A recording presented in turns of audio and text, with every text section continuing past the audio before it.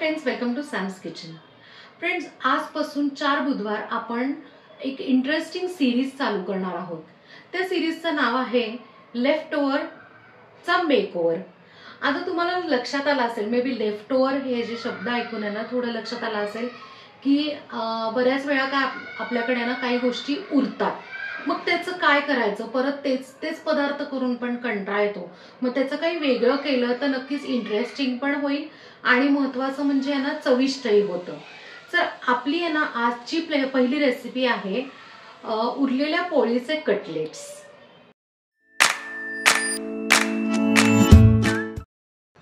उरलेल्या पोळीचे कटलेट्स करण्यासाठी आपल्याला पोळ्या लागणार आहेत। तर माझ्याकडे 2 पोळ्या शिल्लक आहेत। आता मी काय करते, ह्याचे मोठे तुकडे करते आणि मिक्सरमध्ये हे बारीक करून घेते। पोळीचे आपण बारीक असं आहे ना पावडर करून घेतलेली। पावडर म्हणजे किंचित जाडसरच आहे। आपल्याला मिक्सरमध्ये ना एक पेस्ट तयार करायची आहे। त्यासाठी मी आल्याचा एक मीडियम तुकडा घेतलेला आहे।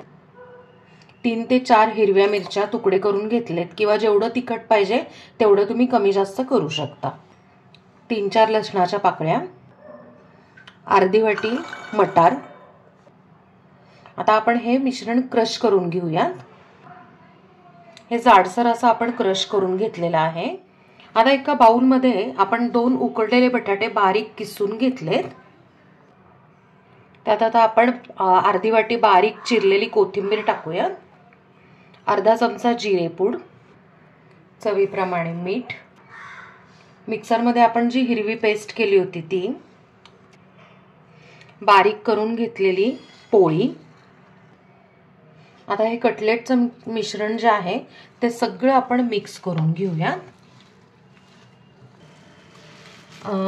आपण ज्या वेळेला कटलेटचं मिश्रण मिक्स करतो ना, त्यावेळेला जर तुम्हाला असं वाटलं की खूप सैल आहे तर त्यात तुम्ही ना 2 ते 3 चमचे आहे ना डाळीचं पीठ घालू शकता। आणि जर तुम्हाला असं वाटलं की खूप घट्ट आहे, खूप कोरडं होतंय, तर त्या पद्धतीने तुम्ही ना 1-2 ते 3 चमचे पाणी जसं पाहिजे तसं तुम्ही मिक्स करू शकता। कटलेटचं मिश्रण आहे ना मिक्स करून तयार आहे।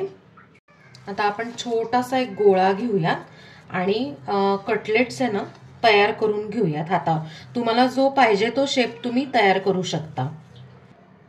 मी असे गोल शेपचे आहे ना कटलेट्स तयार करून घेतले। आता बाकीचे पण कटलेटला शेप देऊन घेते। सगळे कटलेट्स करून झाल्यावर ना इकडे आहे ना मी तीळ घेतलेले आहेत। आता काय करायचंय की कटलेट त्याच्यावर ठेवून थोडे प्रेस करायचे आणि दोन्ही साइडनी त्याला सगळ्या कटलेट्सला असे तीळ लावून घेऊया।